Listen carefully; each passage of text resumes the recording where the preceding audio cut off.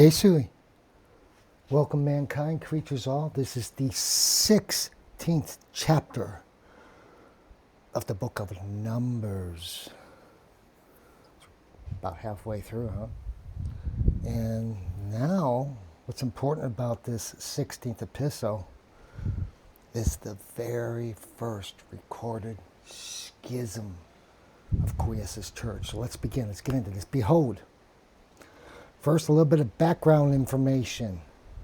Do you remember we went over some names, some descendants? One I told you to keep an eye out for, Kor. So let's retrace the history of these incredible descendants.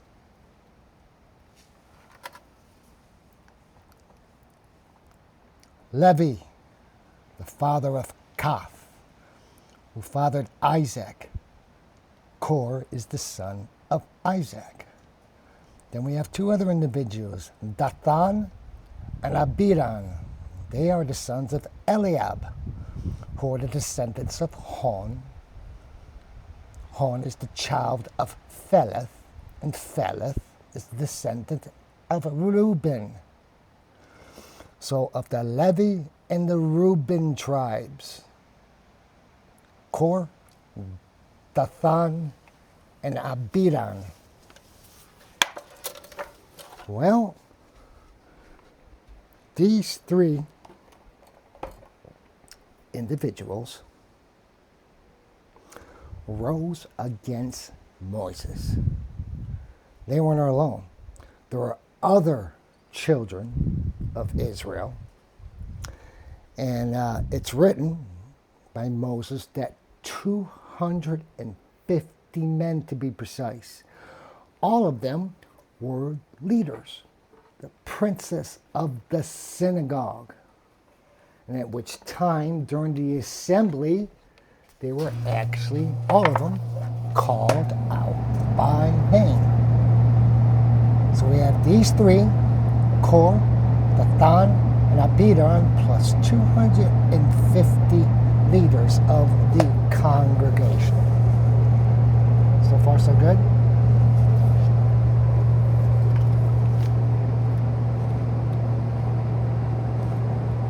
In other words, we have 250 leaders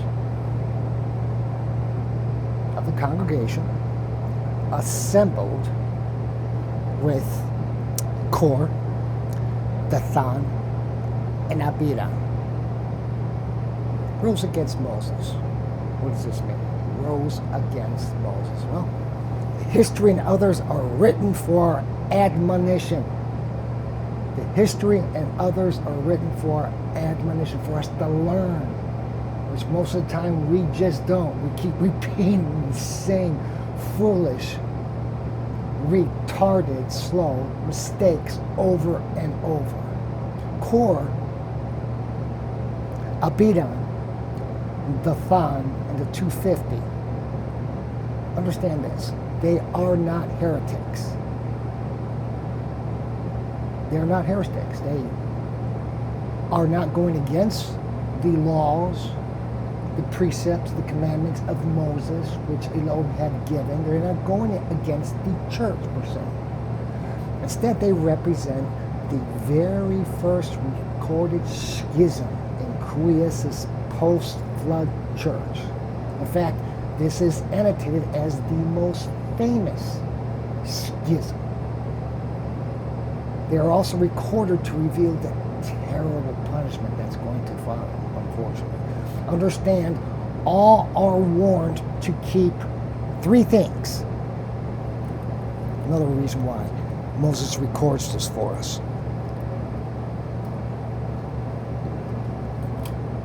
So all are warned to maintain three things. Number one, to maintain order. Above all, help Moses maintain no order. Number two, to keep unity. a unified tribe, a unified city, Israel, both tribe city, is much better than a disunified one, than one's just scattering off into different directions like gaseous molecules. And number 3, peace. All are warned to keep these 3 things: order, unity, peace. These are 3 precepts which Quiescent clergy have assigned to them today to maintain order within this church, to maintain unity within his church, and to maintain peace. But not to ostracize someone who's different, who brings in something a little bit elevated. It's 2 different things. All right, so all are warned to keep order, unity, and peace within Church of Quiescent, and to never communicate with such schismatics in the act of a schism, or heretics for heresy. Schematic, schism, heretics, heresy. This is certainly a necessary admonition as we first began. The history and others are written for our admonition. So this is a necessary admonition, especially in the times and places that all of us now reside, living in this New Testament here on Terra, and we see the greater breaches made from ordinary and lawful pastors than this was. In fact, Saint Ignatius, he wrote this about Kor in the 250. Kor, Dathan, and Abidan impugned not directly the law, but resisted Moses and Aaron. Yet were they, and many thousands with them, severely punished for their conspiracy. So we have 250 leaders with these 3, and thousands more who have gone in to follow their leaders. And I agree with St. Ignatius thoroughly on this. St. Cyprian, he also writes, Kor, Dathan, and Abidan acknowledged the same God. They did, as I told you from the beginning. They acknowledged the same God with Aaron and Moses, living under the same law and religion, and invocated one true God. Yet because passing the appointed ministry of their own place, opposing Aaron, so opposite to Aaron, who by God's favor and ordinance had received the lawful priesthood, as we discussed and pointed out, they took upon them to sacrifice.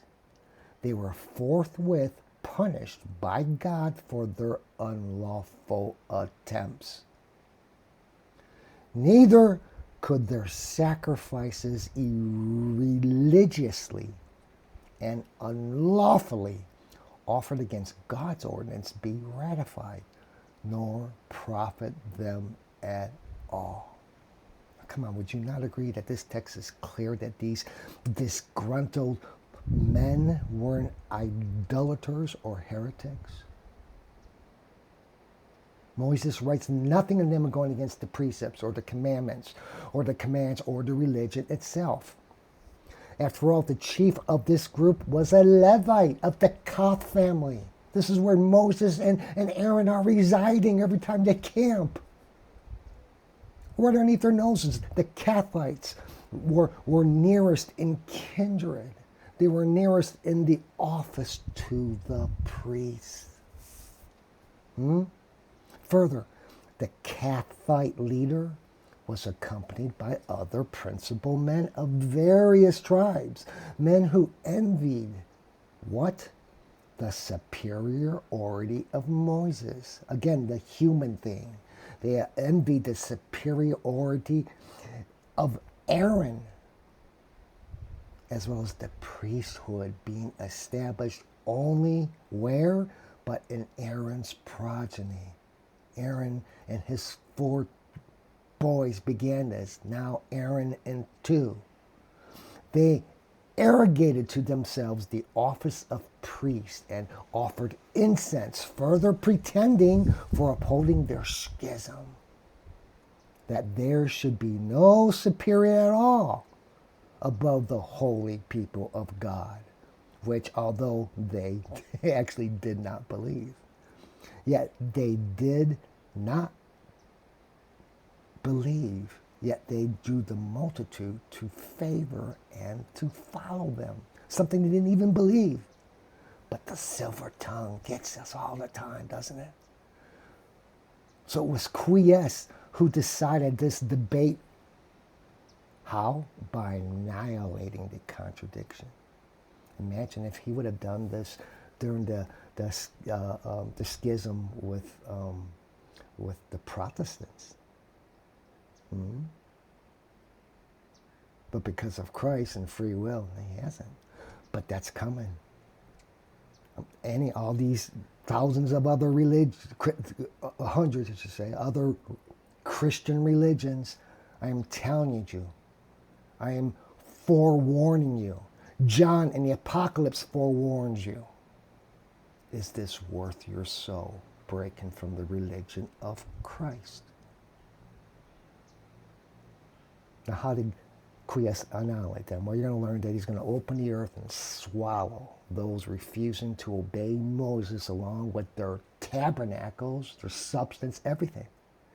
Additionally, the fire from heaven consumes the 250 schismites who offered incense, along with nearly 15,000 commoners. 14,700 to be exact. For imputing to their superiors the destruction of the seditious. In relative comparison, 15,000 souls nearby equals that of an entire Israeli family. We went over the numbers, 21,000, 25,000, 26, 15,000 of all the families, all combined. As I'm saying, is almost equal to a family. This rage against the entire multitude only ceases when Moses sends Aaron to offer incense to appease Elohim, which saved the rest. Once again, Moses saving the Israelites. Will any Christian who know they have immortal souls, that Quies is just and a fair judge, will any Christian think to escape with less damnation?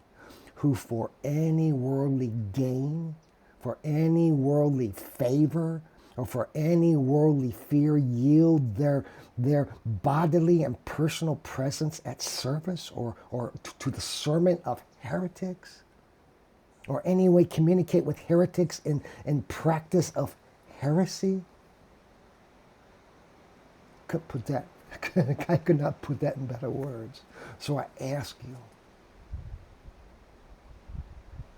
sit to yourselves, at peace with yourselves. Read the liturgy along with us if you can't do it by yourselves. Learn, absorb. I am not teaching you a slant. I am giving you objective. And when I intercede with my beliefs, I let you know there is only one baptism, only one God, only one faith. Please believe this for the sake of your soul. We'll continue on what happens next. Pax Vobis.